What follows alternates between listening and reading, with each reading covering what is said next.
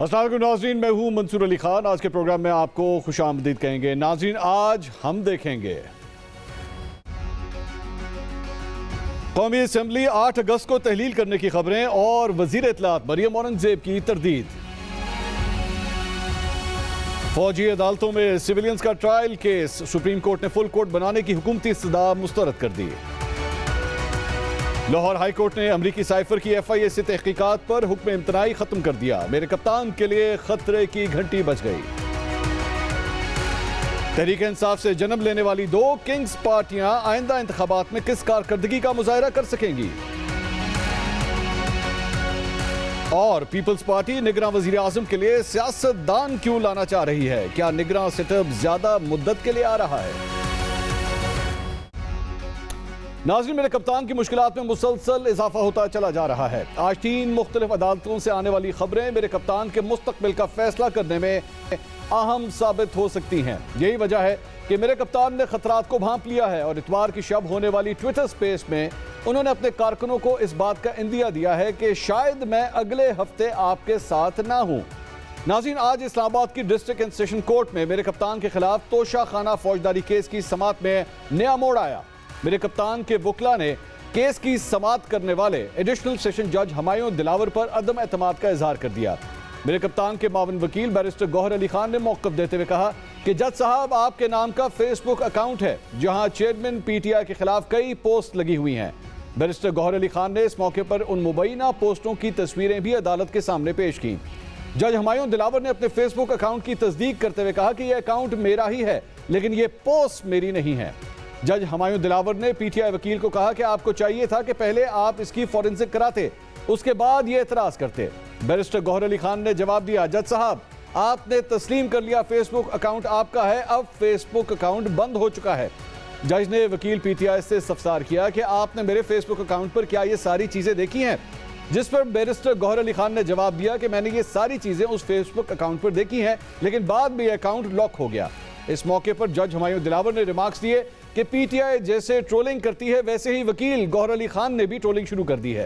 Case की समाअत मुकम्मल होने के बाद एडिशनल सेशन जज हुमायूं दिलावर ने मेरे कप्तान की आज हाजिरी से इस्तिस्ना की दरख्वास्त मंजूर करते हुए उन्हें 20 जुलाई को ज़ाती हैसियत में तलब कर लिया, जबकि अदालत ने मेरे कप्तान के मोअज़्ज़ज़ जज पर अदम एतमाद की दरख्वास्त मुस्तरद कर दी।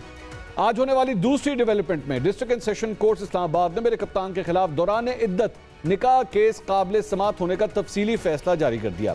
सिविल जज कुदरतुल्लाह ने 9 सफ़ात पर मुश्तमिल तफसीली फैसले में दरख्वास्त को काबिल समाअत करार दिया। फैसले के मुताबिक दरख्वास्त गुजार का कहना है कि मेरे कप्तान का पहला निकाह लाहौर और दूसरा निकाह इस्लामाबाद में हुआ, जबकि पहले निकाह के बाद चेयरमैन PTI और बुशरा बीबी ने एक साथ बनी गाला में रहना शुरू किया था। अदालत ने मेरे कप्तान और बुशरा बीबी को 20 जुलाई को अदालत के सामने पेश होने के लिए नोटिस जारी कर दिए।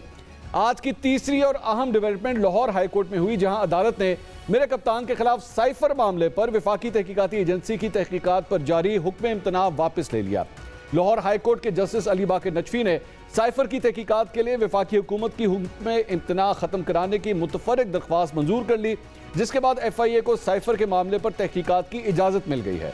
27 मार्च 2022 को इस्लामाबाद के परेड ग्राउंड में जलसे के दौरान मेरे कप्तान ने अमरीका में पाकिस्तानी सफीर के मरासले को बुनियाद बनाकर ही अपनी हुकूमत के खिलाफ साजिश का बयानिया बनाया था।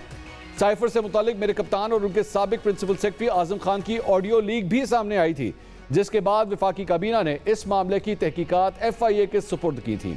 FIA ने तहकीकात के सिलसिले में मेरे कप्तान को तलब किया था, जिसके खिलाफ उन्होंने लाहौर हाई कोर्ट से रुजू करते हुए हुक्म इम्तना हासिल कर लिया था, जो आज खत्म हो गया। तोशाखाना केस, दौरान इद्दत निकाह का केस और साइफर साजिश की तहकीकात आने वाले दिनों में मेरे कप्तान के लिए कितनी मुश्किलात खड़ी कर सकती हैं, इस पर हम 7 सवाल पूछते हैं। सवाल नंबर 1, मेरे कप्तान के खिलाफ मुकदमात में तेज समातें हो रही हैं, क्या निगरान हुकूमत के क़याम से कबल मेरे कप्तान जेल में होंगे?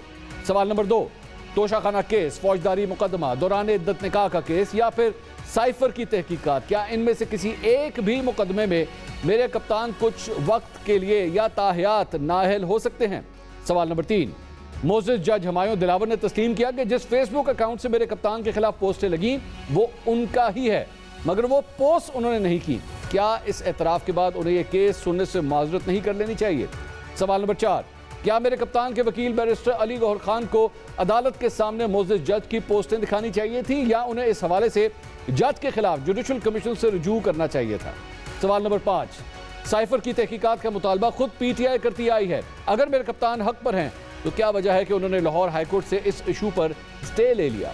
सवाल नंबर 6, क्या दौरान इद्दत निकाह का केस दरख्वास्त गुजार मेरे कप्तान के खिलाफ अपना दावा साबित कर पाएगा? क्या ओन चौधरी की इस केस में गवाही काफी होगी? सवाल नंबर 7, दौरान इद्दत निकाह जैसे केस अगर जेर समात लाए गए तो इस बात की क्या गारंटी है कि मुस्तकबिल में दूसरी जमातों के कायदीन की जाती जिंदगियां केसेस से महफूज रहेंगी? नाज़रीन, तमाम सवालों के जवाब ढूंढने की कोशिश करते हैं। मुस्लिम लीग नून के सीनियर रहनुमा और कानूनदाद अताउल्लाह तारड़ साहब इस वक्त मेरे साथ स्टूडियो के अंदर मौजूद हैं और इसके साथ साथ लंदन से हमें ज्वाइन कर रहे हैं पाकिस्तान तहरीक इंसाफ के वकील अजहर सिद्दीक साहब। बहुत बहुत शुक्रिया आप दोनों का। तारड़ साहब, मैं सबसे पहले आपसे आगाज़ करना चाहूँगा। 3 मुख्तलिफ केसेस को हमने डिस्कस किया। तोशा खाना के हवाले से, साइफर के हवाले से जो हुक्म इम्तना था वो भी ख़त्म हो गया, और इमरान खान साहब का दौरान इद्दत जो निकाह के सिलसिले में मेंटेनेबिलिटी का है उसका भी तफसीली फैसला जारी हो गया।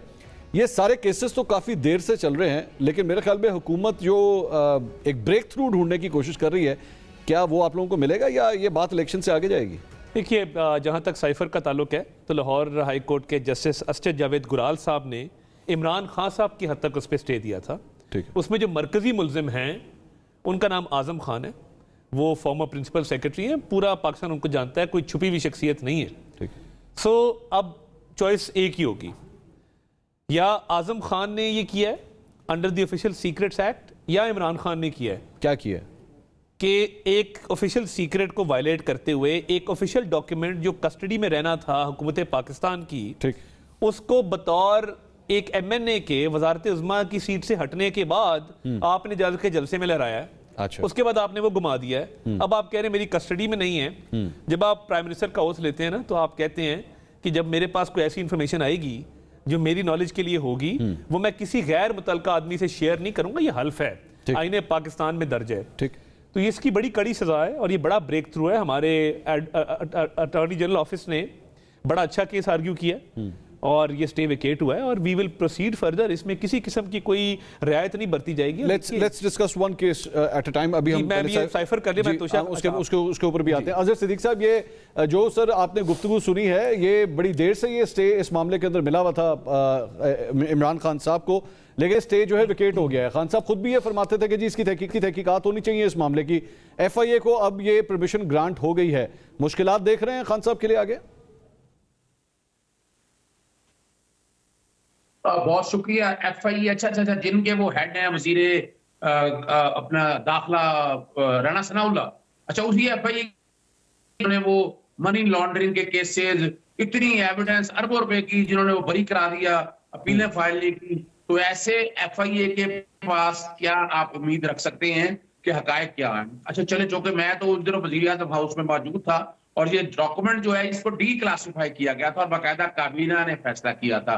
मैं तो हैरान हूं, इतना परेशान कैसे हो गए? इस डॉक्यूमेंट की तो हकीकत ही कोई नहीं मानता था कि साइफर है। साइफर की तहकीकात करते हुए चलो ये तो कबूल कर लिया कि एक डॉक्यूमेंट था कि जिसमें बताया गया था कि इमरान खान की अगेंस्ट तरीके अदम एतमाद और ये सारी चीजें रिकॉर्ड के ऊपर है। एक मैं मंसूर आपको एक और बात बता दूं, इमरान खान साहब ने अगर वाकई असेंबलियां तहलील करनी तो मेरा ट्वीट आज भी रिकॉर्ड पे पढ़ लें, 27 मार्च 2022 6:42 पे, जिसमें मैंने कहा इमरान खान छक्का मारने के लिए तैयार, अपोजिशन कैंपों में पानी, तहरीके अदम एतमाद अभी कौमी असेंबली में पेश नहीं, सिर्फ एजेंडे का हिस्सा है कौमी असेंबली।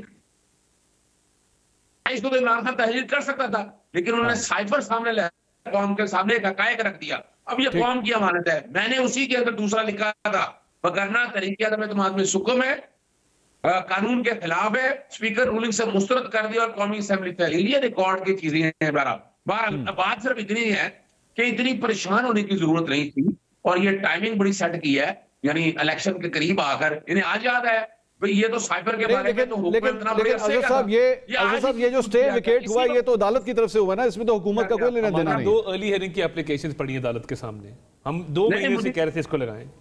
नहीं, मैं बता देता हूँ नहीं, देखिए मैं सिर्फ एक बात बता दूंगा आपके सामने मंसूर, वो बात ये है कि जैसे जजेस के बारे में ये इल्जामत लगाते थे, अब हर एक को पता है कि जजेस पसंद और नापसंद के हवाले से अब खुल के चीजें सामने आ चुकी हुई हैं। यानी ये टाइमिंग चूज किया गया और इसके हवाले से बहुत सी चीजें आप लोगों के, जैसे जस्टिस आमिर फारूक साहब के बारे में बहुत सी चीजें सामने आ चुकी हैं। इन बेंच के बारे में भी ना बहुत सी चीजें बाजी आने के बाद इसमें कोई परेशानी की कोई बात नहीं है, मेक नोट। लेकिन फर्क सिर्फ इतना है कि यहाँ साफ शफाफ तहकीकात जो है FIA के सामने नहीं हो सकती हैं। वो FIA जो हुकूमत का एक एजेंट बना हुआ है, शहजाद अकबर वाली FIA चाहिए, उसको वापस बुला लें, हम उसको हेड लगा देते हैं FIA का, बुला लें, आ जाए। वो कह रहे हैं जी आप शहजाद अकबर वाली FIA चाहिए, करने ज्यादा अच्छा रहेगा। अच्छा चलें, लेट्स मूव फॉरवर्ड। ये जो तोशाखाना केस है, बड़ा सिंपल केस है मंसूर साहब, it's an open and shut case, मेरी फिंगर टिप्स पे है। आपने एक गिफ्ट लिया जो आपने डिक्लेयर नहीं किया, you were bound under the law. कानून आपको पाबंद करता था कि जो तोहफा आपने लिया आप डिक्लेयर करें, पहले आपने डिक्लेयर ही नहीं किया, ठीक है। फिर आपने अदालत में ECP के सामने कहा कि हाँ हमने ये लिया था, इसके इतने पैसे दिए थे, इतने का ये बेचा था, और इसकी जो बेचने के बाद पैसे आए थे फलां अकाउंट में जमा कराए थे, ये डिफेंस लिया कोर्ट के सामने। We know the background of the case, लेकिन यहाँ पे एक इशू ये है कि आज जो जज साहब तोशाखाना केस सुन रहे हैं उनके ऊपर भी अदम एतमाद का इजहार किया गया। अभी थोड़ी देर पहले यहाँ पे अजहर साहब भी जो हैं, जो दूसरा केस था उस पर भी अदम एतमाद का इजहार कर रहे थे। ये हर जगह करेंगे, ये जहां जहां मेरिट होगा ना, इनको आदत है। फॉरेन फंडिंग 6 साल, stay order, jurisdiction challenge, scrutiny committee challenge, टोपी पहन के एक अदालत से दूसरी अदालत, मेरे सर में दर्द है, मेरी पैर में दर्द है, मैं चल नहीं सकता, मैं बैठ नहीं सकता। ये केसेस का एक टाइम होता है राइप होने का। अब प्रॉब्लम क्या है कि तोशाखाना के अंदर 2 गवाह हैं, प्रोसिक्यूशन विटनेसेस, ठीक है, उनको आज नोटिस कर दिया गया है कि आप परसों आएं और आके अपनी गवाही रिकॉर्ड करवाएं, ठीक है। ट्रायल अपनी प्राइम स्टेज के ऊपर है। ये क्या कर रहे हैं, जज के खिलाफ पहले ट्रांसफर एप्लीकेशन दी सेशन जज को, फिर दी इस्लामाबाद हाई कोर्ट में, फिर एक फेक अकाउंट पे कहा तुम्हारा ये फेसबुक अकाउंट है, तुमने यहाँ पे तहरीक इंसाफ और पाकिस्तान अवामी तहरीक के खिलाफ पोस्टें लगाई हुई हैं। आज अदालत में गर्मी सर्दी हुई बिटवीन अमजद परवेज जो ECP के लॉयर हैं और बैरिस्टर गौहर जो इमरान खान साहब के लॉयर हैं, ठीक है, और उन्होंने कहा कि ये फेक अकाउंट है। अब जज ने आज के ऑर्डर में ये लिख दिया है कि अगर आपको मेरे पे अदम एतमाद करना है, जो कि आपका राइट है, तो आप हाई कोर्ट में एप्लीकेशन डाल चुके हैं, आप हाई कोर्ट चले जाएं। अब ये कितने जजों पे अदम एतमाद करेंगे? पनामा की एग्जांपल देना चाहता हूं। Daily trial supervise by supreme court जज। नवाज शरीफ ने तो एक दिन ही कहा कि मैं अदालत नहीं आता, ठीक। इनको आदत पड़ गई छुपने की, भागने की, राय फरार इख्तियार करने की। अगर तोशाखाना में चोरी नहीं की तो हर रोज हाजिरी माफी की दरखास्त क्यों देते हैं? आज भी हाजिरी माफी की दरखास्त थी। इस पे जरा मैं जवाब ले लूं। ये एक तो वाकई अजहर साहब, इस केस के अंदर खान साहब को बार बार बुलाया जाता है और वो हाजिर से इस्तिस्ना की दरख्वास्त खान साहब रोजाना जमा करवा देते हैं। जजेस के ऊपर, तमाम जजेस के ऊपर एक एक करके इन सब केसेस के ऊपर एतराजात क्यों उठ रहे हैं? लग रहा है जैसे एक सिंक्रोनाइज तरीके से ये एतराजात उठाए जा रहे हैं। मंसूर साहब, ये तो Guinness book of world record में इमरान खान साहब का नाम आ रहा है। बता दीजिएगा नवाज शरीफ या किसी खानदान पे इतने केसेस हुए हों, मुख्तलिफ वैरायटी ऑफ केसेस हुए हों, मैं चैलेंज कर रहा हूँ, साबित कर दीजिएगा। अब आते हैं आगे। तोशाखाना का केस बड़ा सीधा सा है, कोई बड़ी रॉकेट साइंस नहीं है। फर्क डाल रहा है, जो इस्तगासा चल रहा है वो एक ऑर्डर की बुनियाद पर चल रहा है जो इलेक्शन कमीशन है। हमारा कंसर्न है कि इलेक्शन कमीशन का जो ऑर्डर है वो इख्तियार से तजावुज है, उसके ऊपर ये इस्तगासे की बात मैं बता देता हूँ, सिंपल लैंग्वेज में समझा देता हूँ। आपको पता है तोशाखाना की डिटेलें नहीं निकलते थे। मैंने पिटीशन दायर करके 1990 आपने देखा कि गाड़ियां आ गई, गाड़ियां जो नहीं हो सकती थी तो अनानास भी निकल आए, वो तफसीलें सारी निकल। इमरान खान ही क्यों, जैसे ये पनामा के बारे में कहते हैं, नवाज ने भी क्यों, मैं एक बात कर रहा हूँ। और पनामा की हद तक ये बात करते हैं 123 दिन सुप्रीम कोर्ट में हेयरिंग हुई थी, 60 दिन की JID बनी थी। अजहर साहब, इसका अगर ये वाली प्ली लेनी है, अगर ये वाली प्ली है कि जी अगर इमरान खान ही क्यों, तो फिर उधर से जब नवाज शरीफ कहते हैं कि पनामा में मैं ही क्यों, तो फिर वो प्ली भी मान लेते हैं। ना, मैं ये नहीं प्ली ले रहा, मैं सिर्फ एक चेहरा दिखा रहा हूँ। मैं ऐसा लाता हूँ, मैं मेरिट पे बात करूंगा, मैं इनमें नहीं छुपूंगा। क्या है क्या तोशाखाना बुनियादी तौर पर सेक्शन 137 की इंटरप्रिटेशन है। सेक्शन 137 कहता है कि आपने अपनी जो रिटर्न है ना वो फाइल करनी है फाइनेंशियल ईयर खत्म होने के बाद। जून 2018 की फाइल करनी थी, जो 18 दिसंबर में, उसके 120 दिन बाद उसको खोला जा सकता है। इलेक्शन कमीशन को इख्तियार दिया हुआ है, वो नहीं खोला। 2019 की 20 अप्रैल तक आने से नहीं खोला, 2020 की 2021 अप्रैल तक खोलना था, लिमिटेशन की प्ली ले रहे हैं सर, लिमिटेशन का सवाल है। ये क्या डिफेंस ले रहे हैं सर? लिमिटेशन की प्ली ले रहे हैं आप? मैं खत्म, नहीं, मैं लिमिटेशन के अलावा इख्तियार की दायरा इख्तियार की बात भी हो रही है ना। और जो कुछ दिया वो डिक्लेयर कर दिया। इलेक्शन कमीशन ने अपना इख्तियार खत्म हो चुका था, वो इसमें इंक्वायरी नहीं कर सकता था। क्या किया? मामला लेके चलेंगे बदनीति पे स्पीकर के पास। स्पीकर का इख्तियार नहीं आर्टिकल 63 के तहत, उसने एक रेफरेंस भी जो टाइम बार्ड रेफरेंस है, और इलेक्शन कमीशन ने इख्तियार से तजावुज़ इस हद तक किया। उसने दो काम किए। एक तो उसने कहा कि जनाब जो है ना इस्तगासा चलेगा, सेक्शन 137 167 में डिफाइन है, 174 में इस्तगासा चलेगा, 190 में ट्रायल चलेगा। ये तो ठीक है अगर मिस रिकग्निशन है। इलेक्शन कमीशन ने ये कह दिया कि वो कोर्ट भी ट्राइब्यूनल के इलेक्शन में इमरान खान को डिस्क्वालीफाई कर दिया, और वो चैलेंज कोर्ट में मैंने चैलेंज किया लाहौर हाई कोर्ट में, कोई मियांवाली का था वोटर की तरफ से, और Lahore high court justice Aamir Farooq साहब के बारे में बड़े जेन्युइन हमारे कंसर्न है कि वो इस तरह से इन्होंने इतना शौक क्यों है इस केस का। ये अजहर साहब एक फिर फेस करेंगे। तारड़ साहब आपको कोई पैगाम देना चाह रहे हैं? सिर्फ ये कहना चाहता हूं, हम आपको बड़ा मिस करते हैं। ये जो आप बातें वहां से कर रहे हैं, जब आप कोर्ट रूम में होते थे एक अच्छा माहौल होता था, ये लीगल आर्गुमेंट चलते थे, आपस में गुफ्तगू शनीद होती थी। आपकी कमी महसूस हो रही है उनकी लीगल टीम को भी और हमारी लीगल टीम को भी। लीगल फिक्र रहिएगा, ये सब लीगल आर्गुमेंट, और लीगल आर्गुमेंट का जवाब मेरे पास लीगल आर्गुमेंट होता है। इधर आके देना, हम आपको बड़ा मिस कर रहे हैं। नहीं आप बेफिक्र रहे, लीगल आर्गुमेंट से पहले इसका जवाब तो तय कर लें।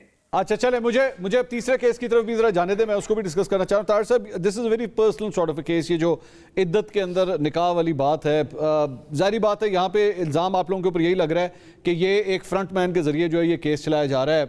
ये केस चलेगा तो सही ऑब्वियसली, लेकिन इतने पर्सनल लेवल के ऊपर अगर खान साहब को टारगेट किया जाएगा तो कल को बाकी सियासतदानों की जिंदगियां भी जो है इसी तरह फिर टटोली जाएंगी। देखिए, सरकार का इस केस से कोई ताल्लुक नहीं है। जिन केसेस से कोई ताल्लुक बनता है वो मैंने आपको अर्ज कर दिया, साइफर हम फॉलो कर रहे हैं। तोशा खाना में कई चीज़ें हैं जो सरकार के कंट्रोल में, और सरकार उधर इंफॉर्मेशन भी प्रोवाइड करती है। ये इद्दत में निकाह, निकाह पे निकाह, इस पे बेहतर कमेंट ऑन चौधरी साहब कर सकते हैं, बिकॉज वो गवाह हैं इस केस में और उन्होंने ये सारी चीज़ें अपनी आंखों के सामने होते हुए देखी हैं। तो इस केस की मैं बारीकियों में नहीं जाना चाहता, मगर एक बात तमाम केसेस में मुश्तरक है एक कदर, वो ये है कि खान साहब मेरिट पे कोई केस ना आर्ग्यू करवाना चाहते हैं ना करना चाहते हैं। आप हमेशा देखेंगे वो टेक्निकलिटी के पीछे छुपेंगे।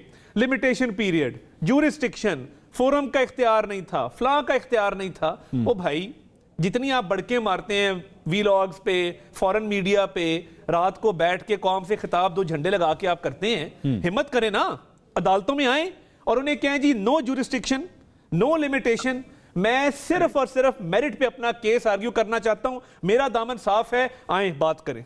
ये वैसे अजहर साहब, ये जो है तो जरा जाहिर बात है पर्सनल लेवल का खान साहब का केस है, लेकिन this could be very damaging अगर इसकी सारी तफसीलात यूं करके बाहर आना शुरू हो जाएंगे। मैंने फिर भी अभी बड़ा एहतियात से काम लिया है, मैं ज्यादा डिटेल में नहीं गया इस केस के सिलसिले में, लेकिन ये खान साहब के लिए काफी डैमेजिंग नहीं हो सकता? नहीं, बिल्कुल कोई डैमेजिंग नहीं है। मैं पहले बताता चलूं वजह क्या है। देखिए ना, अता तराड़ा हमारे भाई हैं, इनका क्या ताल्लुक इलेक्शन कमीशन के केस के साथ? ये हम कोर्ट में जाते हैं और वकील आपको पता है कौन है उसमें? अमजद परवेज साहब। अमजद परवेज साहब कौन है?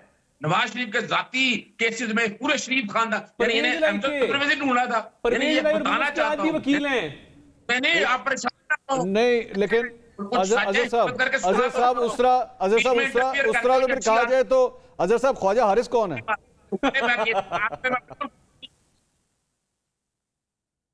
ख्वाजा हारिस साहब छोड़ चुके हैं लोगों को, फर्क है। छोड़ चुके हैं ख्वाजा हारिस वकील है, पूरी बार में आज करवा रहे हैं।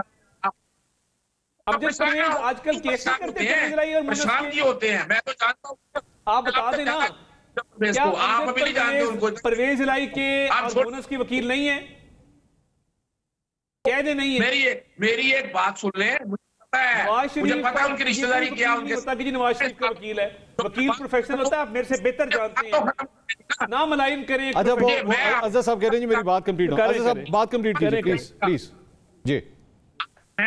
देखिए, फर्क सिर्फ इतना है कि अगर एक आदमी ईमानदारी से है ना, ईमानदारी बड़ा अच्छा लगता है, बहुत अच्छा लगता है। एक कानून है कि दायरा इख्तियार का, जब तक दायरा इख्तियार सुप्रीम कोर्ट की जजमेंट है, आप आगे जा नहीं सकते। इस केस में अंदर ओन चौधरी कौन है? आपको डाउट है क्या आपके पास? तहरीक इस्तेकाम में पाकिस्तान, इसका मतलब क्या प्लांटेड लोग थे जो बैठ कर ये इस तरह के। अजहर साहब, ओन चौधरी गवाह है नहीं? अजहर साहब, ओन चौधरी तो गवाह भी तो है ना, यानी शाहिद भी तो है उस सारे के निकाह का। बता रहा हूं वही बात आपको कि आप पर्सनल किसी मामले में अगर गवाह हैं तो डूब मरने का मकाम है ऐसे आदमी के लिए कि यहाँ नजर आ रहा है कि आप सियासत में इस हद तक गिर जाएंगे। और भाई इद्दत के हवाले से बड़ी वाज़ेह तौर पर आ जाए, बड़े बड़े उलमा को इकट्ठा कर ले, ये केस नहीं बनता, ये बेफिक्र रहे, ये सिर्फ यही है कि इलेक्शन से दूर रखने के लिए प्लानिंग है, उसको हम फेस कर रहे हैं। फेस ये केसेस सारे के सारे मैं चैलेंज कर रहा हूं, कोई नहीं बचने वाला, सारे दायरे इख्तियार पे उड़ जाएंगे। एवरीबडी नोज कि इस वक्त क्या हो रहा है। मकसद है कि इमरान खान को सियासत से बाहर रखना, डरे क्यों है? वो भाई इलेक्शन में कराओ, फेस करो इमरान खान को, इलेक्शन टाइम पे होने दो।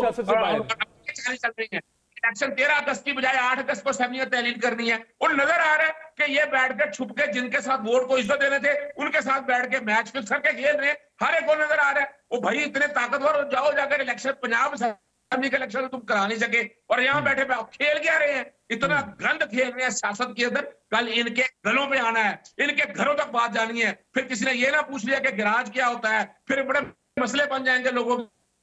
मैं वैसे मैं आप लोगों की मौजूदगी का फायदा उठाते हुए आप लोगों की मौजूदगी का तारड़ साहब, ये वैसे इलेक्शन के हवाले से भी जरा बता दीजिए कि कैबिनेट ने क्या फैसला किया है। आज खबरें चली कि 8 अगस्त को असेंबलियां आप लोग तहलील करने लगे। ये इलेक्शन की बात कर रहे थे, पंजाब असेंबली का इलेक्शन क्यों नहीं हुआ?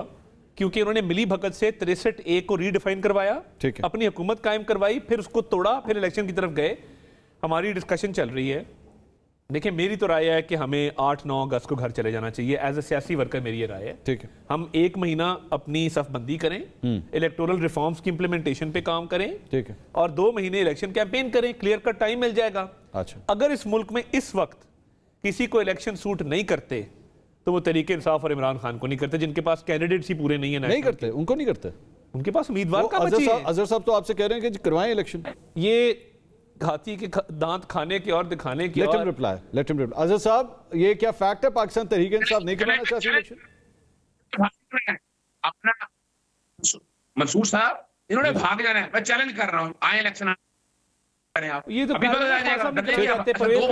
पार्टी बना ली है, साहब की अपनी पार्टी है, क्या बात कर रहे हैं? बहुत बहुत शुक्रिया अज़र सिद्दीक साहब आपका, बहुत बहुत शुक्रिया अज़र साहब आपका, और अताउल्लाह तारड़ साहब आपका भी। और नाज़रीन, अब एक अहम केस की बात करते हैं। ईद के बाद आज सुप्रीम कोर्ट में मिलिट्री कोर्ट्स के खिलाफ अहम केस की आज पहली समाअत हुई। सुप्रीम कोर्ट ने फौजी अदालतों में सिविलियंस के ट्रायल के खिलाफ दरख्वास्तों पर वफाकी हुकूमत की फुल कोर्ट बनाने की सदा मुस्तरद कर दी। सुप्रीम कोर्ट का larger bench chief justice of Pakistan Umar Ata Bandial की सरबराही में justice Ijazul Ahsan, justice Munib Akhtar, justice Yahya Afridi, justice Syed Mazahar Ali Naqvi और जस्टिस आयशा ए मलिक पर मुश्तमिल है। चीफ जस्टिस उमरता बंदयाल ने अटॉर्नी जनरल की फुल कोर्ट तश्कील देने की सदा मुस्तरद करते हुए रिमार्क्स दिए कि इस वक्त जजेस दस्तियाब नहीं, फुल कोर्ट तश्कील देना नामुमकिन है। आज समाअत के आगाज पर सदर supreme court bar Abid Zubairi rostrum पर आ गए। उन्होंने अदालत से मुखातिब होते हुए कहा कि आर्टिकल 83A के तहत सिविलियंस का ट्रायल फौजी अदालतों में नहीं हो सकता। अदालत की तवज्जो सुप्रीम कोर्ट के फैसलों की जानिब दिलाना चाहता हूँ। 1999 में सुप्रीम कोर्ट में लियाकत हुसैन केस से असूल तय है कि फौजी अदालतों में सिविलियंस का ट्रायल नहीं हो सकता। आबिद जुबैरी ने कहा कि बुनियादी नुकता यह है कि जो इल्जामात हैं उनसे मुल्जिमान का ताल्लुक कैसे जोड़ा जाएगा। सवाल यह है कि क्या आईनी तरमीम के बगैर सिविलियंस का फौजी अदालतें ट्रायल कर सकती हैं। इस मौके पर जस्टिस याया अफरीदी ने रिमार्क्स दिए कि अपना मौक़िफ़ वाज़े करें कि क्या मुल्जिमान का ताल्लुक जोड़ना ट्रायल के लिए काफ़ी होगा। क्या आईनी तरमीम के बगैर सिविलियंस का ट्रायल हो ही नहीं सकता। आबिद जुबैरी ने कहा कि सिविलियंस का फौजी अदालतों में ट्रायल आईनी तरमीम के बगैर नहीं हो सकता। चीफ जस्टिस ने सवाल किया कि आप कह रहे हैं मुल्जिमान का ताल्लुक ट्रायल के लिए बहुत ज़रूरी है, आपके मुताबिक ताल्लुक जोड़ने और आईनी तरमीम के बाद ही सिविलियंस का फौजी अदालतों में ट्रायल हो सकता है। जस्टिस एजाजुल एहसन ने रिमार्क्स दिए कि लियाकत हुसैन केस में आईनी तरमीम के बगैर ट्रायल किया गया था। फौज से अंदरूनी ताल्लुक हो तो क्या फिर आईनी तरमीम की ज़रूरत नहीं। चीफ जस्टिस उमरता बंदयाल ने इस्तफसार किया कि क्या आप अपने मौक़िफ़ को खुलासे में बयान कर सकते हैं, अगर मुल्जिमान का ताल्लुक साबित हो जाए तो फिर क्या होगा। आबिद जुबैरी ने कहा कि मौजूदा सूरत हाल में यह ट्रायल आईनी तरमीम से ही मुमकिन है। 9 मई पर कुछ लोगों पर ऑफिशियल सीक्रेट एक्ट लागू हुआ, कुछ पर नहीं। अगर आपने खुसूसी ट्रायल करना है तो आईनी तरमीम से खुसूसी अदालत बनाना ही होगी। जस्टिस एजाजुल एहसन ने सवाल किया कि यह फैसला कौन करेगा कि किस पर आर्मी एक्ट लगेगा, किस पर नहीं। आबिद जुबैरी ने जवाब दिया कि तहकीकात करना पुलिस का काम है, पुलिस ही फैसला करेगी। इस मौके पर आबिद जुबैरी ने मुख्तलिफ अमरीकी अदालती फैसलों का हवाला देते हुए कहा कि शहरियों की फौज की जानिब से हिरासत भी गैर कानूनी है। आबिद जुबैरी के दलाइल मुकम्मल होने के बाद अटॉर्नी जनरल मंसूर उस्मान अवान ने दलाइल दिए। अटॉर्नी जनरल ने फुल कोर्ट की तश्कील से मुतल्लिक दलाइल देने का आगाज़ करते हुए कहा कि मैं अदालत के 23 जून के हुक्मनामे को पढ़ूंगा। इस मौके पर चीफ जस्टिस ने रिमार्क्स दिए कि इस बात की खुशी है कि आर्मी के जेर हिरासत अफराद को खानदान से मिलने दिया जा रहा है। उसके बाद अटॉर्नी जनरल ने अदालत में जस्टिस याया अफरीदी का नोट पढ़ा। उन्होंने कहा कि जस्टिस याया अफरीदी ने अपने नोट में फुल कोर्ट तश्कील देने का कहा। जस्टिस आयशा मलिक ने रिमार्क्स दिए कि आप 26 जून का हुक्मनामा भी पढ़ें। विफाकी हुकूमत ने खुद बेंच के एक रुकन पर एतराज किया, क्या अब हुकूमत फुल कोर्ट का कह सकती है? अटॉर्नी जनरल ने कहा कि इस्तदा है कि दस्तयाब जजेस पर मुश्तमिल फुल कोर्ट तश्कील दिया जाए। इस पर जस्टिस आयशा मलिक ने सवाल किया कि कौन फैसला करेगा कि कौन से जजेस दस्तयाब हैं? आप खुद मान रहे हैं कि बेंच की तश्कील का फैसला चीफ जस्टिस करेंगे। जस्टिस मुनीब अख्तर ने रिमार्क्स दिए कि यह बेंच इस केस को सुन चुका है, आप अपनी गुजारिशात जारी रखें। आज की समाअत मुकम्मल होने पर अदालत ने मजीद समाअत कल तक मुलतवी कर दी। नाज़रीन, यहाँ वक्त हुआ एक छोटे से ब्रेक का। वक्फे के बाद हम दोबारा हाजिर होते हैं, हमारे साथ रहिएगा।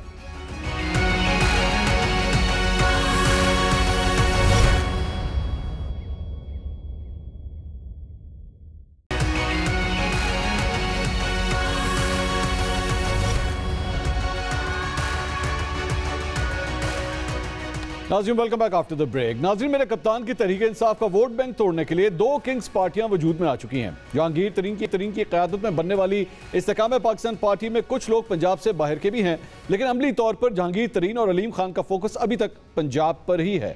जबकि दूसरी तरफ यह समझना भी मुश्किल नहीं कि परवेज खट्टर की सरबराही में कायम होने वाली PTI पार्लियामेंटेरियंस मेरे कप्तान के बेस कैंप खैबर पख्तूनख्वा में तहरीक इंसाफ का वोट तोड़ने के लिए मैदान में उतरी है। नाज़रीन, किंग्स पार्टियां बनाने की रिवायत क़याम पाकिस्तान के कुछ ही अरसे के बाद शुरू हो गई थी, जब 1955 में मुस्लिम लीग के कुछ नाराज अरकान असेंबली ने रिपब्लिकन पार्टी के नाम से अपनी अलग जमात बना डाली। यह जमात उस वक्त के गवर्नर जनरल सिकंदर मिर्जा के इशारे पर बनाई गई थी ताकि असेंबलियों पर सिकंदर मिर्जा की गिरफ्त मजबूत रहे। उसके बाद जनरल अयूब खान ने 4 सितंबर 1962 को मुस्लिम लीग कन्वेंशन कायम की ताकि किंग्स पार्टी के पर्दे में उनकी आमरीत पर उंगलियां ना उठें। अयूब दौर के बाद काफ़ी अरसे तक किसी किंग्स पार्टी की ज़रूरत ही महसूस नहीं हुई। फिर 1988 में मोहतरमा बेनज़ीर भुट्टो का रास्ता रोकने के लिए इस्लामी जमहूरियत इत्तेहाद के नाम से एक किंग्स पार्टी का डोर डाला गया। जैसे 1990 में इलेक्शन जितवा दिया गया और मियां नवाज शरीफ पहली बार वज़ीर आज़म बन गए। इसी इस्लामी जमहूरियत इत्तेहाद के बतन से मुस्लिम लीग नून ने जन्म लिया। एक दहाई बाद जनरल परवेज मुशर्रफ ने इक़्तिदार संभाला तो दोबारा किंग्स पार्टी की ज़रूरत महसूस की गई। इस मरतबा कायदे आज़म का नाम इस्तेमाल किया गया और मुस्लिम लीग काफ वजूद में आई। एक तरफ मुस्लिम लीग काफ को हुकूमत दी गई तो साथ ही पीपल्स पार्टी को तोड़कर पीपल्स पार्टी पैट्रियट के नाम की एक किंग्स पार्टी बनाई गई और दोनों किंग्स पार्टियों का इत्तेहाद कराया गया। 2016 में MQM को महदूद करने के लिए पाक सरजमीन पार्टी का जन्म हुआ, जो नाकाम होने के बाद MQM में जम हो गया। 2017 में बलूचिस्तान में बाप पार्टी वजूद में लाई गई, जो चेहरे और इत्तेहादी बदल बदल कर अभी तक हुकूमत कर रही है। 9 मई 2023 के वाक़यात के बाद मेरे कप्तान को कट टू साइज करने का फैसला हुआ तो 8 जून को जहांगीर तरीन और अलीम खान ने इस्तेकाम पाकिस्तान पार्टी बनाने का ऐलान कर दिया। अभी मेरे कप्तान पंजाब में लगने वाले जख्मों से संभल ना पाए थे कि खैबर पख्तूनख्वा से पाकिस्तान तहरीक इंसाफ पार्लियामेंटेरियंस के क़याम की खबर आ गई। ये दोनों जमातें वाज़ेह तौर पर तहरीक इंसाफ की क़ुव्वत कमज़ोर करने के लिए कायम की गई हैं। किंग्स पार्टियों की तारीख पर नजर दौड़ाई जाए तो इल्म होता है कि कभी इनको इख्तिदार दे दिया गया और कभी ये सिर्फ मतलूबा मकसद के हसूल के बाद खत्म हो गई। इस्तेकाम पाकिस्तान पार्टी और पाकिस्तान तहरीक इंसाफ पार्लियामेंटेरियंस के मुस्तकबिल पर हम 5 सवाल पूछते हैं। सवाल नंबर 1, सियासी जमात किसी न किसी नजरिए की बुनियाद पर वजूद में आती है। IPP और PTI पार्लियामेंटेरियंस किस नजरिए की बुनियाद पर वजूद में आई है? सवाल नंबर 2, IPP और PTI पार्लियामेंटेरियंस में इलेक्टेबल्स तो बड़ी तादाद में चले गए हैं, लेकिन क्या ये जमातें अवामी मकबूलियत हासिल कर सकेंगी? सवाल नंबर 3, क्या इस्तेकाम पाकिस्तान पार्टी पंजाब में और PTI पार्लियामेंटेरियंस खैबर पख्तूनख्वा में मेरे कप्तान की तहरीक इंसाफ के वोट बैंक को बड़ा नुकसान पहुंचा सकती है? सवाल नंबर 4, क्या IPP और PTI पार्लियामेंटेरियंस में शमूलियत इख्तियार करने वाले अपने हलकों में तहरीक इंसाफ के हामियों की शदीद मुखालफत का सामना कर पाएंगे? सवाल नंबर 5, इस्तेकाम पाकिस्तान पार्टी अगर ज़्यादा लोग इकट्ठे करने में कामयाब हो गई तो क्या ये जनूबी पंजाब में पीपल्स पार्टी और वस्ती पंजाब में मुस्लिम लीग नून के लिए खतरा साबित हो सकती है? इन तमाम सवालों के जवाब हासिल करने की कोशिश का सीनियर तज्ज़ियाकार मुजीबुर रहमान शामी साहब आज हमारे साथ प्रोग्राम के अंदर मौजूद हैं। शामी साहब, बहुत बहुत शुक्रिया। शामी साहब, पाकिस्तान की सियासत के ऊपर बड़ी गहरी नज़र है, आपने तारीख देखी है पाकिस्तान की सियासी नज़रिए के हवाले से। ये 2 जमातें जो अब बन गई हैं या सामने आ गई या बना दी गई, वो जैसे भी आप देखना चाहें, ये मकसद इसके पीछे क्या नजर आता है? क्या वही एक पुराना फॉर्मूला ही नजर आता है या ये वाकई जेन्युइनली ये पार्टियां जो है वजूद में आई हैं? कि आपने तो पूरी तारीख जो है वो बयान कर दी है चंद फिक्रों के अंदर। पाकिस्तान में तो बहुत कुछ होता रहा है, पार्टियां बनती रही हैं और बिगड़ती रही हैं, और लेकिन जिस पार्टी के पीछे आवाम की ताईद नहीं होती वो ज्यादा देर चल नहीं सकती। रिपब्लिकन पार्टी जो थी बड़ी ठाट बाट से वजूद में आई थी, लेकिन मुस्लिम लीग को उसने शिकस्त भी दे दी। मगरबी पाकिस्तान में डॉक्टर खान साहब की हुकूमत कायम हो गई, और लेकिन जब मार्शल लॉ लगा और उसके बाद मार्शल लॉ के उठाने के बाद सियासी जमातें बहाल हुई, इसी तरीके से आपने देखा मुस्लिम लीग काफ बड़े कर्रो फर से वजूद में आई थी, लेकिन जब मुस्लिम लीग नून मैदान में आई तो वो सिमट कर रह गई। अब ये जो पार्टियां बन रही हैं इनका मकसद तो वाज़ेह है कि पीटीआई के वोट बैंक को नुकसान पहुंचाया जाए, उसकी ताकत को तकसीम किया जाए। अब देखने की बात ये तो लोग फैसला करेंगे कि वो पीटीआई से कितना दूर हटे हैं और इन जमातों के कितना करीब आए हैं। ठीक, इन जमातों में भी एक देखिए इलेक्टेबल्स तो मौजूद है और ऐसे लोग मौजूद हैं जिन्होंने तवानाई फराहम की है पीटीआई को और पीटीआई के चेयरमैन को। उनको वसाइल भी फराहम किए हैं, उनको अफरादी कुव्वत भी फराहम की है। अब ये किस कदर वापस ले सकते हैं उनसे जो कुछ उन्हें दिया था, अब ये तो वक्त ही बताएगा और लोग ही फैसला करेंगे। शामी साहब, इसमें एक बड़ा इंपॉर्टेंट एलिमेंट क्या ये शामिल है कि इस सारे मामले के अंदर खान साहब का नाअहल होना या खान साहब का गिरफ्तार होना इन दोनों जमातों की कामयाबी की जमानत बनेगा? क्योंकि अगर वो मैदान में हुए तो फिर इन दोनों पार्टियों ने जो डैमेज इनसे एक्सपेक्ट किया जा रहा है कि ये कर लेंगे, शायद वो ये ना कर सके। क्या ये एनालिसिस दुरुस्त होगा? कहा तो यही जा रहा है कि वो खुद मैदान में नहीं होंगे, उनको डिस्क्वालीफाई कर दिया जाएगा। और लेकिन अभी जो उनकी जमात है उसके खिलाफ तो कोई कार्रवाई होती नजर नहीं आ रही। ठीक, ना कोई मुकदमा उस पर कायम हुआ है, ना कोई उसको बैन करने की कोई कोशिश होती नजर आ रही है। तो लगता है कि जो कुछ भी होगा वो चेयरमैन के साथ ही होगा। पार्टी तो मैदान में मौजूद रहेगी और पार्टी जो है जाहिर है कि उसमें इंतशार है, उसकी लीडरशिप बड़ी तादाद में उससे मुनहरिफ हो चुकी है। तो नए लोग होंगे जो ना तजर्बाकार भी होंगे और वो किस तरीके से मामलात को संभालेंगे। उनके पास वसाइल की कमी भी होगी, चंदा भी उस तरीके से इकट्ठा नहीं होगा पूरी दुनिया से, और एटीएम भी उनके पास नहीं होंगी। तो उनको ज़ौफ़ तो पहुंचेगा, कड़ियां तो टूटेंगी, लोगों से राब्ते जो है उसमें कमजोरी तो वाकई होगी, मगर इसका ये किस हद तक ये मुतअस्सर करेगा इंतखाबी नताइज को, इसके लिए तो हमें इंतजार ही करना पड़ेगा। अच्छा, एक और शामी साहब, क्योंकि जारी बात आप लाहौर में भी मौजूद हैं, जरा मैं पंजाब की सियासत के हवाले से पूछना चाहूँगा। अगर ये सारी सूरत हाल होती है तो IPP, ये जो जहांगीर तरीन साहब और रहीम खान साहब की जमात है, क्या ये भरपूर ऑपोजिशन में जाएगी, मुस्लिम लीग नून को अपनी कैंपेनिंग के अंदर टारगेट करेगी, या उस तरफ हाथ हल्का ही रखते हुए नजर आ रहे हैं आप लोग? देखिए, उसमें बड़ा कंफ्यूजन है।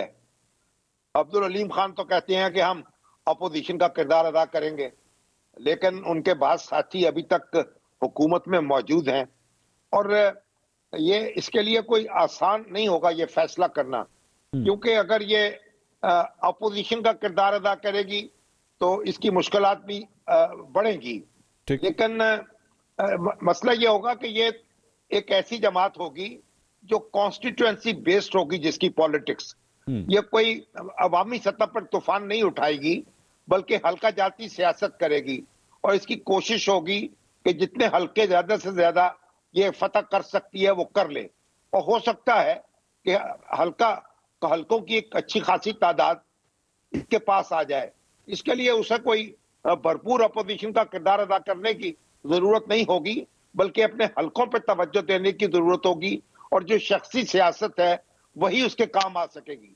मैं शामी साहब, ये जिस किस्म की सियासत का हम जिक्र कर रहे हैं इसमें तो परवेज़ इलाही साहब एक एक्सपर्ट माने जाते हैं, लेकिन परवेज़ इलाही साहब ने अभी तक तहरीक इंसाफ को खैरबाद नहीं कहा। मुसलसल कोशिशें भी होती जा रही हैं लेकिन वो कामयाब अभी तक नहीं हो सकी। आपके लिए सरप्राइजिंग है कि परवेज़ इलाही साहब की सियासत का, उनकी शख्सियत का एक नया रूप नजर आ रहा है?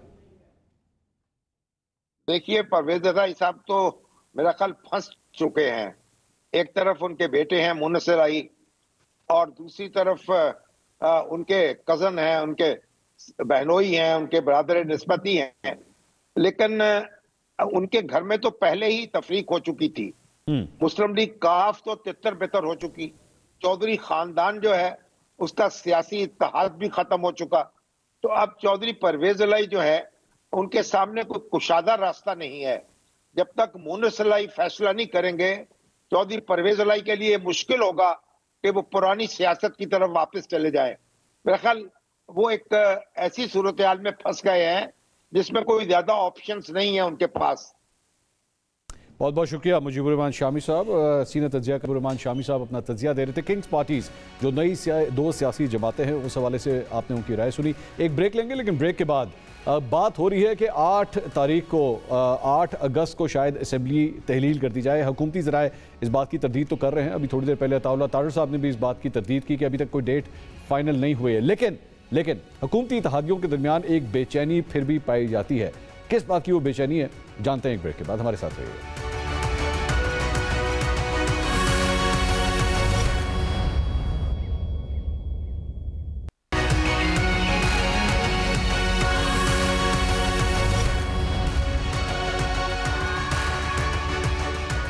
नाज़रीन, welcome back after the break. नाज़रीन, आज मीडिया की तमाम स्क्रीनों पर 8 अगस्त को कौमी असम्बली को तहलील करने के हवाले से खबर चली, जिसमें बताया गया कि मुल्क की बड़ी सियासी जमातें मुस्लिम लीग नून और पीपल्स पार्टी के दरमियान इस हवाले से फैसला हो गया है। कुछ देर के बाद वफाकी वज़ीर इत्तलात मरियम औरंगज़ेब की तरफ से बयान जारी किया गया कि 8 अगस्त की कौमी असम्बली की तहलील का फैसला नहीं हुआ। नाज़रीन, मुल्क में तमाम लोगों की नजरें आने वाले इंतखाबात पर लगी हुई हैं। वज़ीर आज़म शहबाज शरीफ वाज़ेह तौर पर कह चुके हैं कि वो अगस्त में हुकूमत छोड़ देंगे और इक़्तिदार निगरान हुकूमत के सुपुर्द कर दिया जाएगा। लेकिन मुल्क के चीफ एग्जीक्यूटिव की यकीन दहानी के बावजूद अभी भी इबहाम मौजूद है कि इंतखाबात 60 दिन में होंगे या 90 दिन में। अफवाहों का बाजार अभी भी गर्म है कि बात 60 और 90 दिन से आगे भी जा सकती है। पंजाब और खैबर पख्तूनख्वा में मेरे कप्तान ने असम्बलियाँ तहलील की ताकि 90 दिन में इंतखाबात हो जाएं, लेकिन आज भी इंतखाबात का इंतजार कर रहे हैं। इम्कान यही है कि अगस्त के दूसरे हफ्ते तक मामलात निगरान हुकूमत के हाथ में चले जाएंगे, लेकिन उस वक्त मुल्क में एक नई बहस चल रही है कि निगरान हुकूमत के मामलात सियासतदान चलाएंगे या फिर कोई साबिक जनरल, साबिक ब्यूरोक्रेट, कोई शख्सियत या फिर सहाफ़ी। इस हवाले से पीपल्स पार्टी के रहनुमा और वज़ीर आज़म के मुशीर कमर ज़मान कायरा खुलकर निगरान सेटअप की भागदौड़ सियासतदानों के हाथों में देने के लिए कह रहे हैं। मुल्क का सबसे बड़ा सियासी ओहदा वज़ीर आज़म का है, उस पर किसी जज, जर्नैल या ब्यूरोक्रेट या टेक्नोक्रेट या कोई जर्नलिस्ट या कोई कारपोरेट सेटअप का बंदा अगर लगाया जाए तो ये उस ओहदे की भी डिस्ग्रेस है और वो काम भी नहीं कर सकता। इसके अंदर तो बिल्कुल सियासी लोगों को आना चाहिए, दूसरों के लिए ये रास्ते नहीं खुलने चाहिए। नाज़रीन, अगर निगरान वज़ीर आज़म किसी सियासतदान को बनाया जाता है तो यह तजुर्बा मुल्क में पहली बार नहीं होगा। सियासतदान पहले भी बतौर निगरान वज़ीर आज़म काम कर चुके हैं। 90 की दहाई में गुलाम मुस्तफ़ा जुदोई, बल्क शेर बजारी और मलिक मिराज खालिद की मिसालें हमारे सामने हैं। 2008 के इंतखाबात मोहम्मद मियां सुमरो ने बतौर निगरान वज़ीर आज़म करवाए। यह अलग बात है कि हर इंतखाबात की शफाफियत पर उंगलियां उठी और धांधली को लेकर वाइट पेपर जारी किए गए। फिर सोचा गया कि शायद ये काम साबिक जजेस के सुपुर्द कर दिया जाए तो इंतखाबात पे धांधली का इल्ज़ाम नहीं आएगा। 2013 के इंतखाबात साबिक जस्टिस मीर हज़ार खान खोसो और 2018 के इंतखाबात साबिक चीफ जस्टिस नासिरुल मुल्क ने करवाए। 2013 के इंतखाबात के बाद धांधली के इल्ज़ामात को लेकर 126 दिन का धरना देखना पड़ा और 2018 के इंतखाबात के बाद RTS के बैठने 4 साल तक जाली पार्लियामेंट और सिलेक्टेड वज़ीर आज़म की आवाज़ें सुननी पड़ी। नाज़रीन, कुछ दिन कबल दुबई और लाहौर में नून लीग और पीपल्स पार्टी के बड़ों में भी निगरान सेटअप पर बातचीत हुई। दोनों बड़ी सियासी जमातों में यह तासुर पाया जाता है कि निगरान हुकूमत के मामलात जब गैर सियासी लोगों के पास जाते हैं तो उनकी डोरें कहीं और से हिलनी शुरू हो जाती हैं और हो सकता है कि अगर टेक्नोक्रेट्स को बिठाया गया तो इंतखाबात के लिए एक लंबे अरसे इंतजार करना पड़ेगा। बड़ा सवाल यह है कि नए इंतखाबात सियासतदानों पर मुश्तमिल सेटअप कराएगा या टेक्नोक्रेट्स पर मुश्तमिल सेटअप। मौजूदा हालात में इससे बड़ा सवाल भी जवाब का मुंतज़र है कि आया नए इंतखाबात नई मरदमशुमारी के तहत होंगे या पुरानी मरदमशुमारी के तहत, क्योंकि पिछले साल दिसंबर में जब मेरे कप्तान की घनगरज अपने उरूज पर थी और मेरे कप्तान को यकीन था कि वो जल्द इंतखाबात की तारीख लेने में कामयाब हो जाएंगे, तो उस वक्त वफाकी वजीर एहसन इकबाल ने कहा कि इंतखाबात नई मरदमशुमारी के तहत होंगे। लेकिन वफाकी वज़रा आज बयान बदल चुके हैं और उनका कहना है कि इंतखाबात पुरानी मरदमशुमारी के तहत होंगे। अभी एक और उलझन का भी सामना है कि हुकूमत की अहम इत्तेहादी MQM पाकिस्तान ने अपने तहफ़्फ़ुज़ात का इजहार किया है और इंतखाबात मरदमशुमारी और नई हल्का बंदियों के बाद हों। अब अगर ये MQM पाकिस्तान की बात मान ली जाए तो इंतखाबात ताख़ीर का शिकार भी हो सकते हैं और इस सूरत हाल पर बहुत से सवाल जन्म लेते हैं। अगर पीपल्स पार्टी निगरां हुकूमतों में सियासतदानों को देखना चाहती है तो जब पंजाब और खैबर पख्तूनख्वा में निगरां हुकूमतें तश्कील दी जा रही थी उस वक्त क्यों खामोशी इख्तियार की गई?